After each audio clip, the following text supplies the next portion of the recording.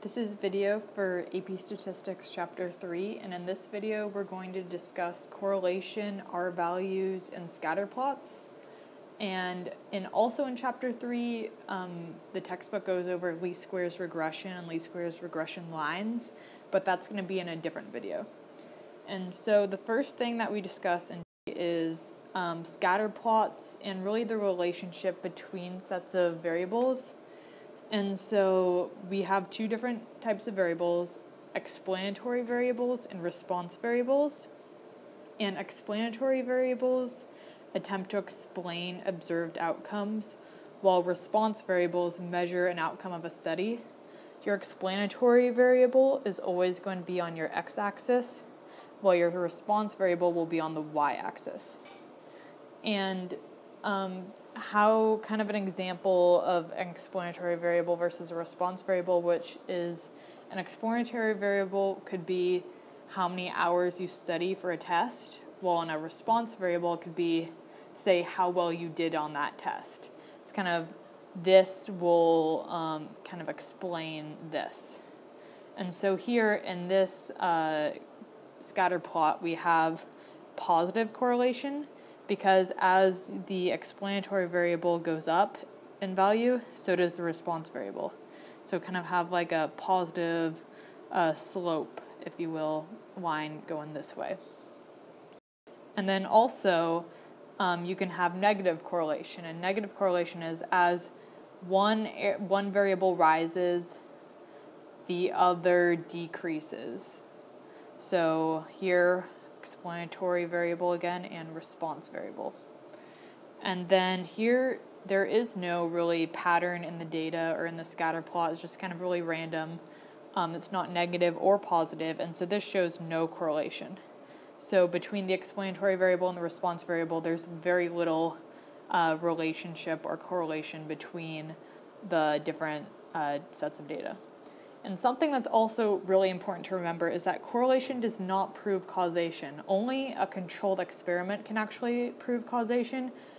Some things can be related but not necessarily cause one another. For example, you can chew bubble gum and then buy a lottery ticket and win the lottery, but because you chewed the bubble gum doesn't necessarily mean that you won. That's what caused you winning the lottery. Those just events were correlated on the same day. And so some things to remember when you have scatter plots is direction, form, and strength. So direction means, is this positive or negative in the direction that it's going? For example, here, where we have negative correlation, the direction is negative, it's going down. Whereas if we had positive correlation, it would be going up. Also, form, is it linear? This is pretty linear. This, however, is not very linear. Or you can even have patterns of scatter plots that have a pattern in our form, but aren't necessarily linear. For example, if we have right here, if we draw this graph right here, or scatter plot, let's say the data looks like this. This shows a pattern and it's a clear form, but it's not necessarily linear. Perhaps a different model other than a line would better represent this group of data. And then also something to keep in mind is strength. So is the strength of the relationship weak or strong? Here we would say that the relationship is very weak, whereas here, even though it's not linear, the relationship's pretty strong. You can pretty easily predict what a value would be because it's very set in its curvature. And then also something in this chapter is R-values. So R is what we call the correlation coefficient, and R squared, which is the same thing as R value except you square it, is the coefficient of determination. And something to keep in mind with R values is that it's always going to be less than or equal to 1 or greater than or equal to -1. So it's in this interval here. So as an R value approaches 1, you're going to have a more and more positive correlation between variables. And as r approaches -1, you're going to have a more and more negative correlation with variables. And if r equals 1 or r equals -1, then it's a perfect relationship. It's a perfect correlation between the two variables, and it often results in a straight line with a consistent slope. And then also, as r approaches 0, you're going to have no correlation. Sometimes people will be confused and they'll think that if r equals -1 or a negative number, that means there's no correlation. But actually, that means it's a strong correlation, it's just negative. But if r is very close to 0, that means that there's no correlation. And also, you can calculate your r value on a calculator if you type in your two sets of data as L1 and L2. And then if you go to